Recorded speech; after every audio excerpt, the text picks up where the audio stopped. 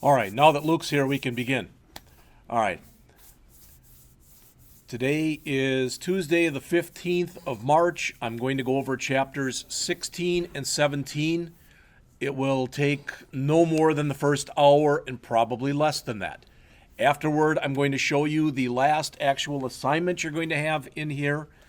But if you want, you can start by going out to the P drive for the class and copying over the folder with today's date on it. So go out to P:/CIS /152-164 dip /spring 2016 /in class and copy over the folder 03-15-2016 to your H drive or desktop.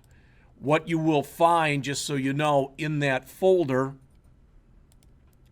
all right, what you'll find in that folder is an example from Chapter 16, which we're going over today, an example, but this is quite a large example, from Chapter 17, which again we're also going over today. Chapter 18 had several different tables in it from which I've replicated all sorts of examples. Same with Chapter 19. All right. Chapters 16 through 19, which we're going to start covering, and we're going to go over the next couple periods, cover the Jquery Ui, the Jquery user interface, which is a library that kind of goes and sits on top of Jquery. All right, so we're going to talk about that. What I did, just so you know, is I went out to the jqueryui.com page and grabbed all of their documentation, stuck it into Word documents, and put that out there for you. Okay? In addition, if you care, I found a bunch of really good PDFs out there that have information. If you look up on the screen right now, the PDF I would recommend that you spend the most time on, if you do take a chance, take a look at this, would be this second one here that's called Jquery Ui Themes Beginner's Guide 2011-07. And if I double click on it, you'll notice it's blue. It's a book from Pact Publishing, and it's 268 pages. Of course, I wouldn't expect you to read through it. However, the first 3 chapters that are in the book, about the first 75 pages, talk about what themable user interfaces are, how to use themes, and how to use what's called the Jquery UI theme roller. All right, we're going to talk about all this stuff today, but you might want to take a look at that. All right, you might not. All right, so again, that's there along with a bunch of other things that I found online. Material from 16 and 17, 18 and 19, the material from the actual Jquery UI website, and all the source code that's in your book from chapters 16, 17, 18, and 19. Even though I'm doing some of it today and some of it on Wednesday, I just threw everything in the same folder. All right. So that said, let's start on this. So you now are all aware of the fact that we've gone over the first part of the book, which was chapters 1 to 6. We've gone over the second part of the book, which was chapters 7 to 11. Then you had your first assignment. Then we went over the third part of the book, which was chapters 12 through 15, and then you had your second assignment.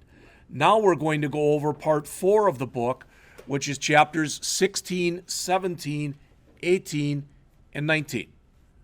All right? During the break, I'm going to do a better job than I've done thus far of going back and reading over the last part of the book, which is part 5, which is on chapters 20 through 29, which is on AngularJS. But for now, again, we care about starting with chapter 16. So that's the one we're going to cover first.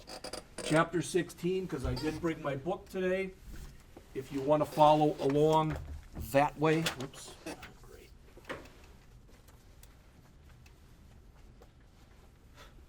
Chapter 16 begins on page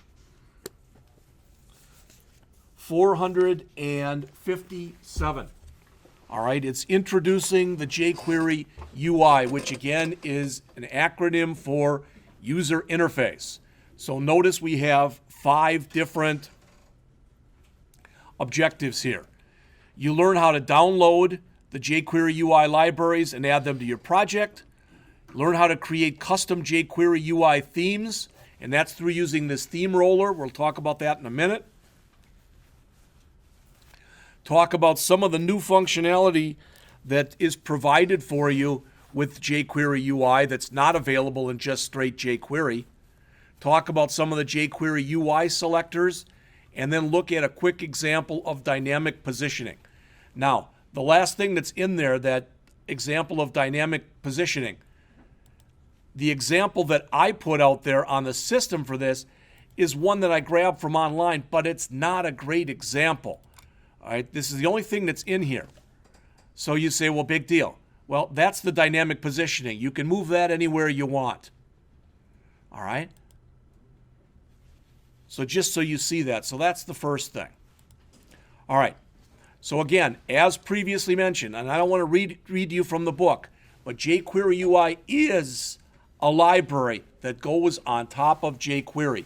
It's designed to make your website look even more professional.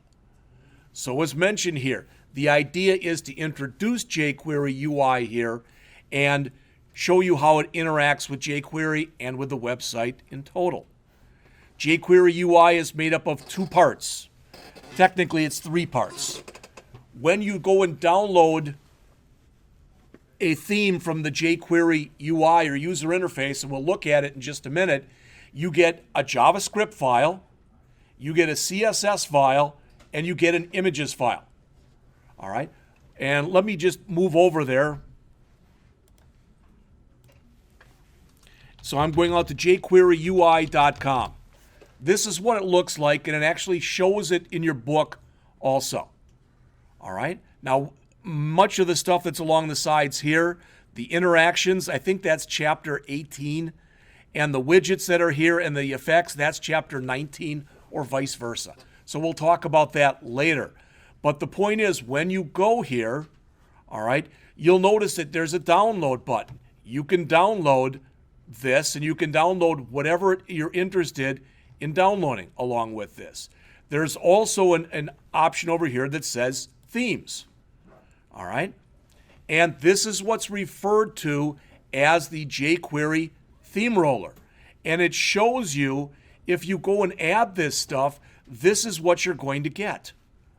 All right? But you can go in and make changes to it. So what I want you to understand about this is when you go out to the jQuery UI, what you're doing is you're downloading some information that has in it both JavaScript and CSS. All right? There are some built-in jQuery UI themes that you can use. But you can also customize these themes. When you customize an existing theme, it's known as rolling your own theme because you're using the jQuery theme roller to do it. All right? Also, when you look right here, so let's say that we just grab this. Please take a look up on the screen here. It's very important that you realize that you still need jQuery. All right? And you must take the jQuery UI file and you must load it after the jQuery file. If you reverse the order, then what's going to happen is the jQuery stuff is going to take precedence over the jQuery UI stuff. And it won't look the way you want it to look. All right? Also, you should then take whatever CSS you get and put that in after this. And again, it's explained in the book, but I just wanted you to see that. So, should look familiar because it's what I just showed you. So if you go out to http://jqueryui.com and you click the download button, you get to right here. All right? But if you click the themes button that's along the side, the one right here, the one that I did click right there that you see, all right, then you use the theme roller. Now, I started showing you this, but notice, please look up on the screen here. If I click where it says, gallery, it shows me all the different themes that are available. See that? So I can choose one of these. So let's say I want this one right here. I wouldn't. Well, maybe I would if it was green and gold, probably. But then I can also go in if I do that, and I can roll my own. All right? So what does that mean? If I roll my own, that means I'm going to get this one, but I can go and add my own settings in here if I want to. For instance, you know, if I'm Luke and I'm doing a Packer thing, all right, then I might want this green, but I might want the writing to be in gold. All right, so I can make changes under the font setting. Does that make sense? All right. So again, you go out to jQueryUI.com, you go over to themes, you find a theme that you like, and then you click the roll your own button, and you go and basically customize that theme in whatever way you want it customized. Does all that make sense? Because you're going to do it, okay? All right. They do explain it right here. They show how to do it, and with the example that they choose right here, it's real simple right there. All they do is they add a div onto their HTML, and they use the date picker on it. We've all seen this date picker before. You see it all over the place, and there's many ways you can customize the date picker. All right? Sometimes what people like to do is they like to have 2 months shown on here, or even 3, maybe last month, this month, and next month type of an idea. So there's a lot of ways, again, that this can be customized. All right. So, couple things that you can do, and this stuff, again, is jQuery UI specific. First thing here that they talk about, and this is on page, all the way up to page 463. All right, and on page 463, doesn't look like much, but it's pretty cool. This line of code right here that says var divs equal $, div in double quotes, dot unique ID. What that literally would do, this one line of code, what it will do is it'll go through your entire website, and if you have, whether you have 1 div or 1 million divs, it'll find each div that does not currently have an ID, and it will give it a unique ID. If it already has an ID, it'll skip it. But let's say that you did the whole thing, and you're like, geez, I really wish I would have had IDs for my divs. And I got so darn many of them, you can run that if you want, and it'll go and it'll basically set it up for you. All right? In the same way, if you decide you want to remove them, all right? But this doesn't remove each ID on every div. It only removes the IDs on the divs that were set with this. You understand what I'm saying? So if you've already got, let's just say that maybe half of the divs on the site, you put your own IDs in already. Then if you go run this, it'll be just the half that you didn't provide divs for that will get unique divs, IDs for the divs. And the same thing when you remove them. All right? They show you a couple other things that are in here. Scroll parent, you could take a look at that. It's not that important. The z-index might be important. Again, if you are creating a site, remember what that z-index, the higher the z-index, the closer that element is going to be to the foreground. The smaller that z-index, the closer it'll be to the background. So what you can do is, as it says, you can quickly determine the stacking placement of an item on the page, all right, by running that. All right. Async focus, you know, he's not here today, so I get to show you something that he did. I would show the class yesterday because I thought it was kind of cool. It was, for lack of better words, in my opinion, what I'm about to show you, I thought it was innovative. So let me show you this. Is that running? Yes, it is. Now, a lot of you who finished and did the entire first project, you did a nice job on it. All right? But I just wanted to show you, this is Zane's. All right? And if you look at this, this is his project. Okay? And I can't run it from there. I've got to.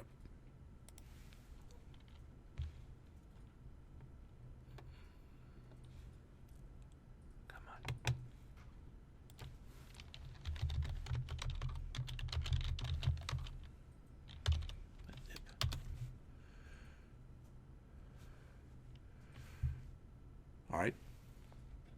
Now, did you notice that?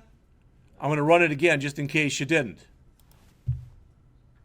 He had it fade in and then drop down. All right. The reason I'm telling you that is sometimes if you go out to a site and you're more concerned, did I type in the right URL or whatever? They might have some real cool kind of effect in there that if it comes too fast, you don't even notice it was there. All right. And somebody probably spent time and effort to have people look at that and say, ooh, cool.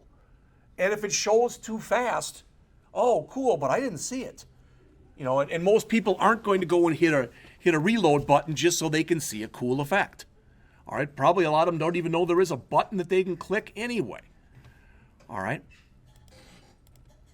So when they talk about this async focus, as it says, it allows jQuery objects, it allows for a delay before setting the focus. And you can also have a callback. So again, when you're working with this stuff, what we're getting to right now with this next assignment are bells and whistles. You built the main part of the website in part 1. You added some increased functionality in part 2. Now in part 3, you're going to be adding some bells and whistles, things like special effects, etc. But again, don't let the medium override the message. In other words, don't put so many bells and whistles on the site that the person who's at the site loses focus as to what the site's actually about. All right. There are some other new selectors that are for the jQuery UI. You notice they start with a colon. All right, colon data, colon focusable, and colon tabbable. All right. And as it says, this selector enables you to filter elements based on a specific key. And there's some examples in here. Remember, you're working with CSS. So you're doing even more advanced work using CSS selectors. All right. Maybe you want only to be able to concentrate on things that are focusable. For example, all right, you all know this, that technically on an HTML form, the label can't get the focus. In fact, if you click on the label, it's supposed to put you, if you've got a 4 equals on that label that's linking it up to like a text box, it's supposed to put you into the text box. All right. And there's a tabbable for only things that you're able to be tabbed to. So they show some examples in here.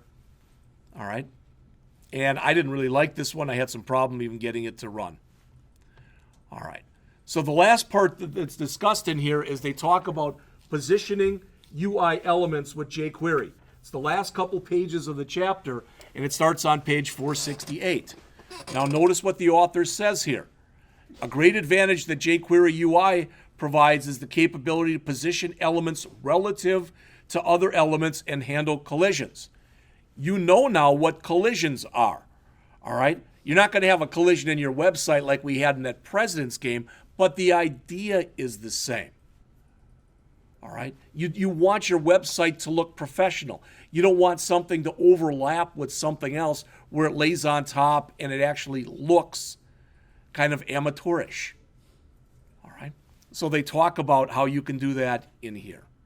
And with that last example that's in here, this is the last example, this dynamic positioning.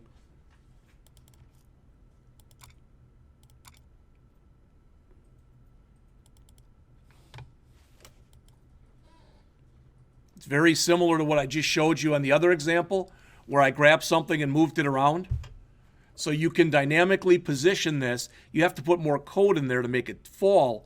But have you ever, I don't know if you ever did that when you were a little kid, that I had one of those games that literally it had, was a thing that looked like this, and it had like the numbers 1 to 12 or something like that in it, and you slid them around and you tried to make them line up.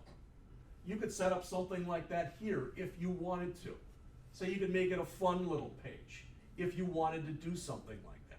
I've even noticed, I went with my wife a couple weeks ago to the mall in Janesville, and I was about in the center of the mall, and by the Coke machine, they actually have, this is a game that you're all too young to remember it, but there used to be a game that was on TV that was called Concentration. And they would have like about 30 numbers. And you'd pick number 1, and there would be a prize there. You pick number 8. If there was the same prize, you would get that prize. It would go towards your side, type of an idea. Well, they had a similar thing there that you had to guess different, soda types, and they had a thing set up like that. You could make something like that if you wanted to. All right. Now, you're not going to be expected on your next assignment to go and do something from every single thing that was in chapter 16, 17, 18, and 19. Some of them might not really make a lot of sense for the site you're working on. But, part of what I'd like you to do is to try and see what's in there that you think you could use. And if that means that you create a new page or two to do something, then so be it.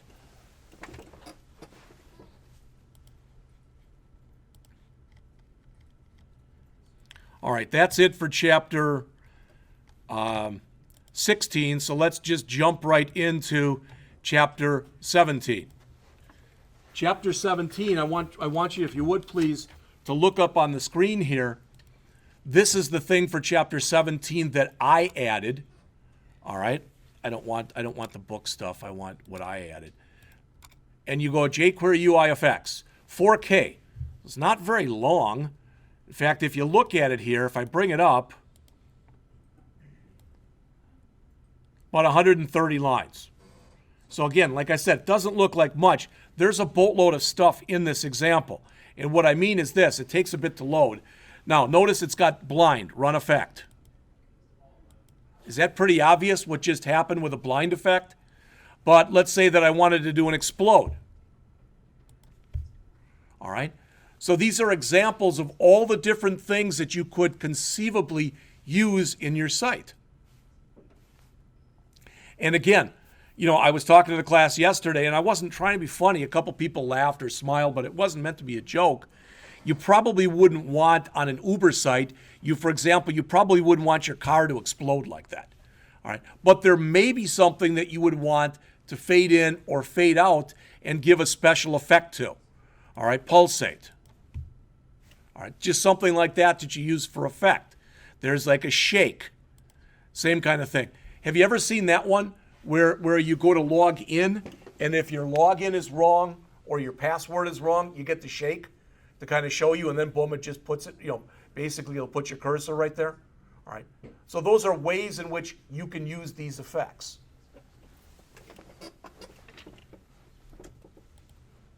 All right, so again, about five more objectives, methods to apply effects to the Jquery UI library, and most of those are what's in the table that's shown on pages 476 and 477.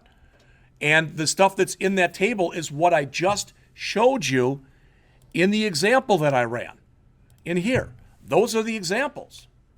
So you now have examples of each one that you can go back and take a look at. We've talked a little bit before about easing. In fact, I gave you that page. I can't remember what it was. It was like Matt Lewin or something like that. He had an easing page. Let's see if it's still in here.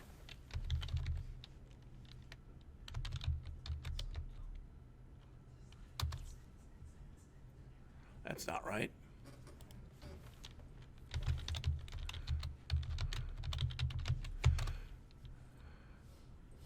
Well, it wasn't Matt Lewin. It was Matt something or other.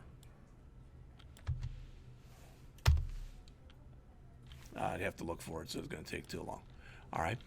Ways to add cool effects when hiding and showing elements. How to apply effects to class changes. Applying animation effects for repositioning elements. So again, the table that's shown on page 476 and 477, by and large, all of the examples are what I just showed you. All right.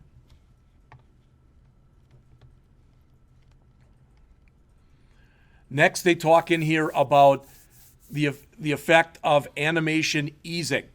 So you can click on any one of these, and it'll show you the effect.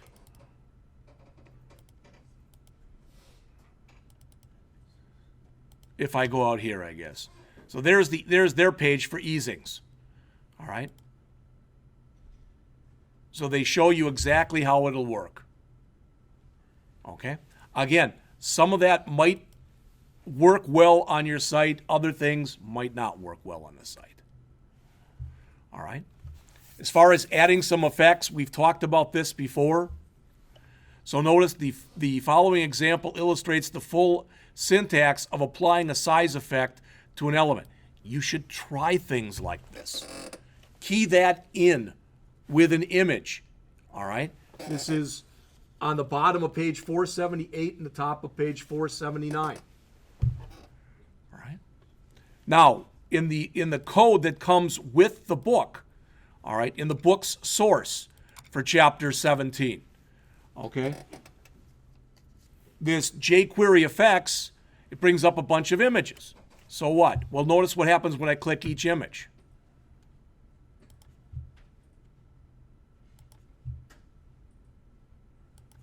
So they're showing you examples of some of these effects and what they can, the effect that they have on the image.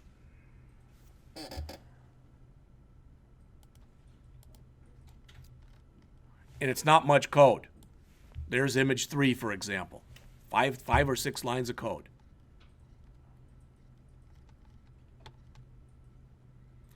You can also, as it says there, you can add effects to class transitions.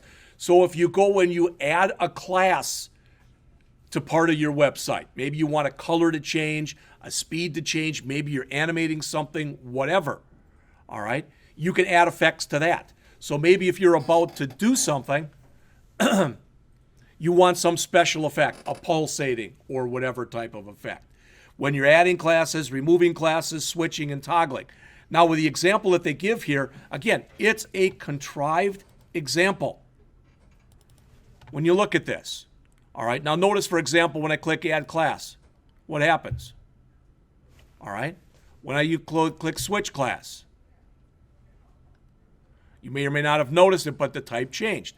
Toggle Class, boom. Toggle Class again, have it come back. Remove Class, to take something away that was there. So there's a lot of different stuff that you can do with this.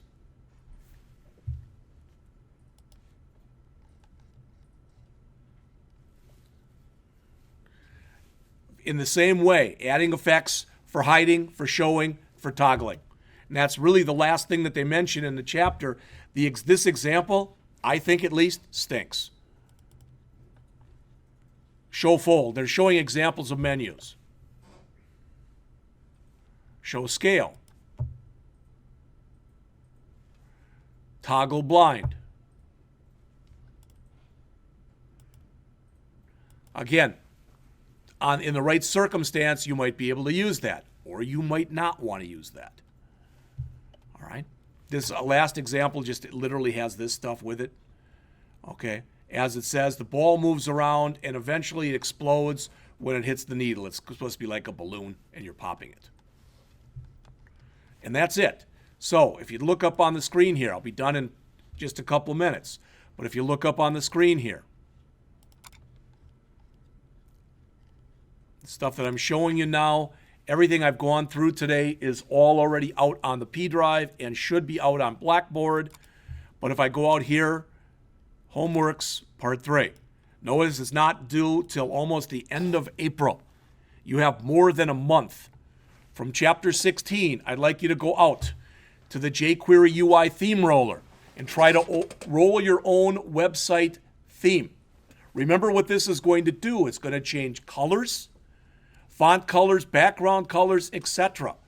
So please make sure that when you start doing this, when you got done with Part 1, hopefully before you began, or Homework 1, hopefully before you began Homework 2, you made a copy of Homework 1 and put that away someplace safe.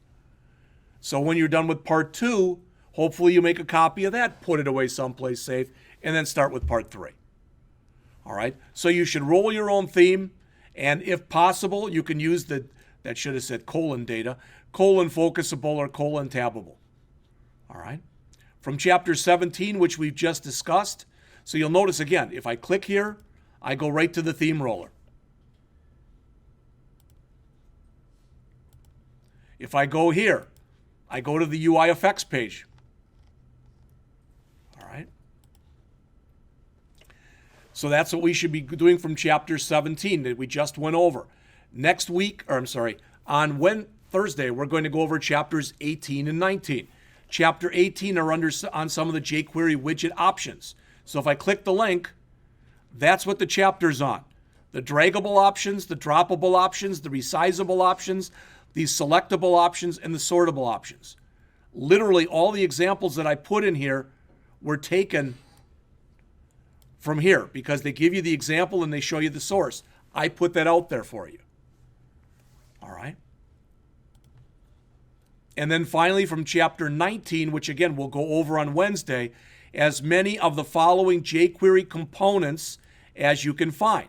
That's all the stuff that's over here and that's over here. All those 29 or whatever it is or so widgets.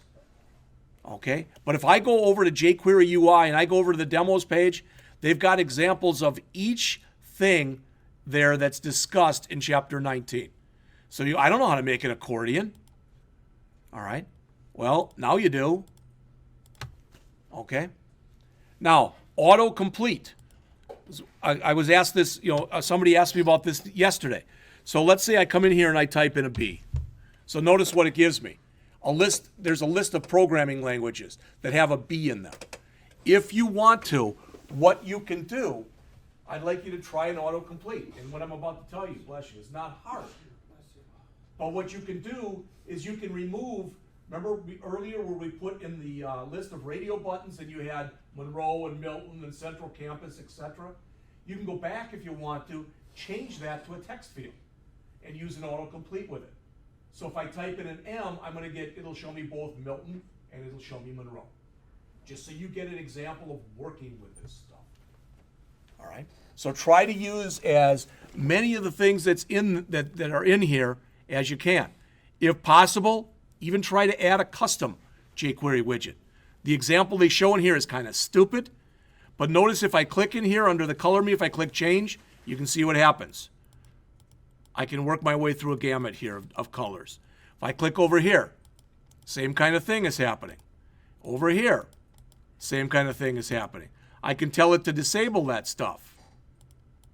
Notice it's disabled now. And I can turn it back on again. Or I can say go green, and you see what happens. So the example is contrived, but you can go ahead and try to make your own widget. My hope, really seriously, my hope is that you're going to think enough of the work that you've done on this site that this will be among the things that you're going to show on May 19th when you are making your presentation in the Design and Implementation Projects class. And so far I've gotten one commitment that Andy Walker, the VP of Foremost Media, will be there. That's what he told me. All right, and I showed you this the other day. They're even looking to hire people there. If you go out to the Foremost Media page, they've got a couple openings there.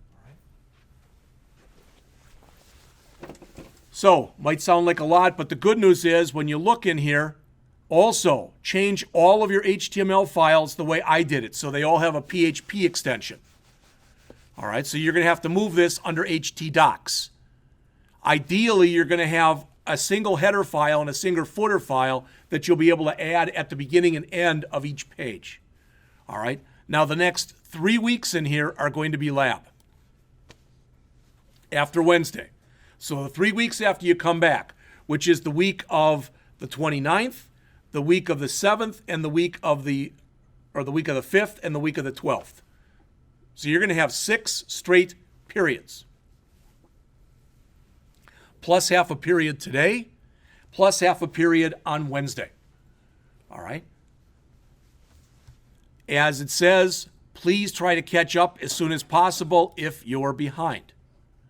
All right? Again, it's due Sunday, the 24th. Today is the 15th.